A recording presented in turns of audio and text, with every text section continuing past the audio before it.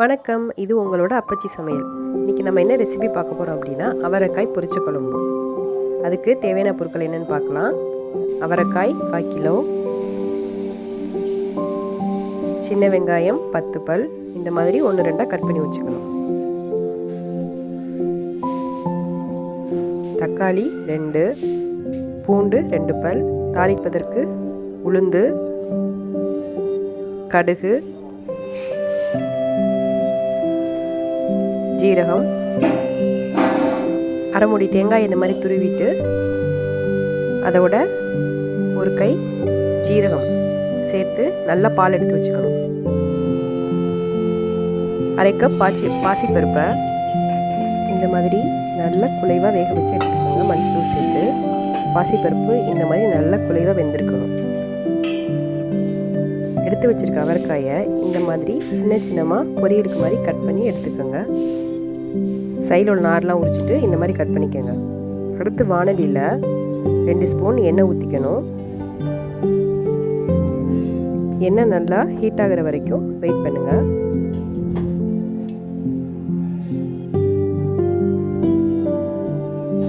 இப்போ எண்ணெய் ஹீட் ஆயிடுச்சு. இதில் பெருங்காயம், உளுந்து, கடுகு, ஜீரகம் இதெல்லாம் நல்லா வெடிக்கிற வரைக்கும் காத்திருக்கணும். வெடிச்சிருச்சு. 2 வரமிளகாய் இதில் சேர்த்துக்கோங்க. அப்போ குழம்பு ரொம்ப வாசமாக இருக்கும். கருவேப்பிலை சேர்த்து நம்ம வெட்டி வச்சுருக்க சின்ன வெங்காயத்தை இதில் சேர்த்துக்கணும். வெங்காயம் நல்லா வதங்குற அளவுக்கு காத்திருக்கணும். வெங்காயம் நல்லா வதங்கினாதான் இந்த குழம்புமே ரொம்ப டேஸ்ட்டாக இருக்கும்.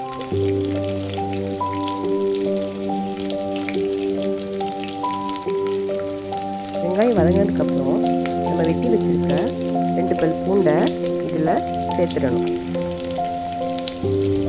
சேர்த்து நல்லா கிளறி விட்டு பூண்டு வதங்குற அளவுக்கு காத்திருக்கணும். பூண்டு வெங்காயமும் இப்போ ரொம்ப நல்லா வதங்கிடுச்சு. அடுத்ததாக நம்ம கட் பண்ணி வச்சுருக்க 2 தக்காளியை இதில் இப்போ சேர்த்துக்கலாம்.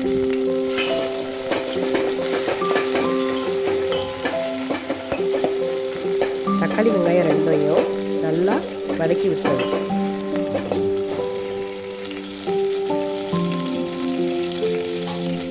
அடுப்பை சிம்மில் வச்சுக்கோங்க, அப்போ தான் கருகாது. இப்போது தக்காளி வெங்காயம் 2 நல்லா வதங்கிடுச்சு. அடுத்து நம்ம வெட்டி வச்சுருக்க அவரைக்காயை இப்போ இதில் சேர்த்துக்கலாம். அவரைக்காய் வதக்கும் போது அதிகமாக தண்ணி வெளியில் வரும். அதனால் அந்த தண்ணி மிஞ்சிற அளவுக்கு நம்ம அவரைக்காயை நல்லா வதக்கிக்கணும்.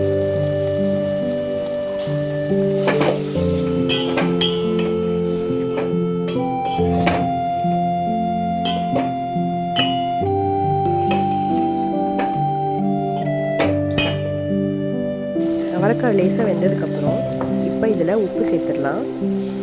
அப்போ தான் சீக்கிரமாக அவரைக்காய் வதங்கும். இந்த மாதிரி உப்பு சேர்த்து அவரைக்காயை நல்லா வதக்கி விட்டுருங்க. அப்போ தான் குழம்புல அவரைக்காயோட பச்சை வாசனை வராது. நம்ம எந்த அளவுக்கு காயை வதக்குறோமோ குழம்பு அந்த அளவுக்கு ரொம்ப டேஸ்ட்டாக இருக்கும். பச்சை வாசனை அடிக்காது. அவரைக்காய் ரொம்ப நல்லா வதங்கிடுச்சு. அடுத்து நம்ம பொடியை சேர்த்துக்கலாம். 1 ஸ்பூன் மஞ்சள் தூள், 1.5 ஸ்பூன் சாம்பார் தூள், இது 2ஐயும் சேர்த்து நல்லா வதக்கி விட்டுருங்க.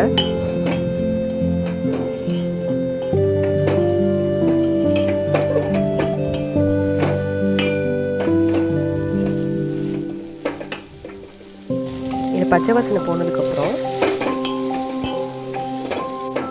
இப்போ நம்ம வேக வச்சு எடுத்துருக்க பாசிப்பருப்பு தண்ணியை இதில் சேர்க்க போகிறோம்.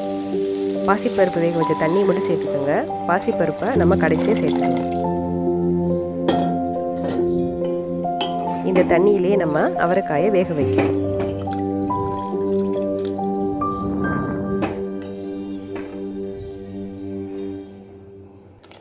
இப்போது அவரைக்காய் நல்லா வெந்துருச்சு. இப்போ இதில் நம்ம வேக வச்சுருக்க பாசிப்பருப்பை ஊற்றிடலாம்.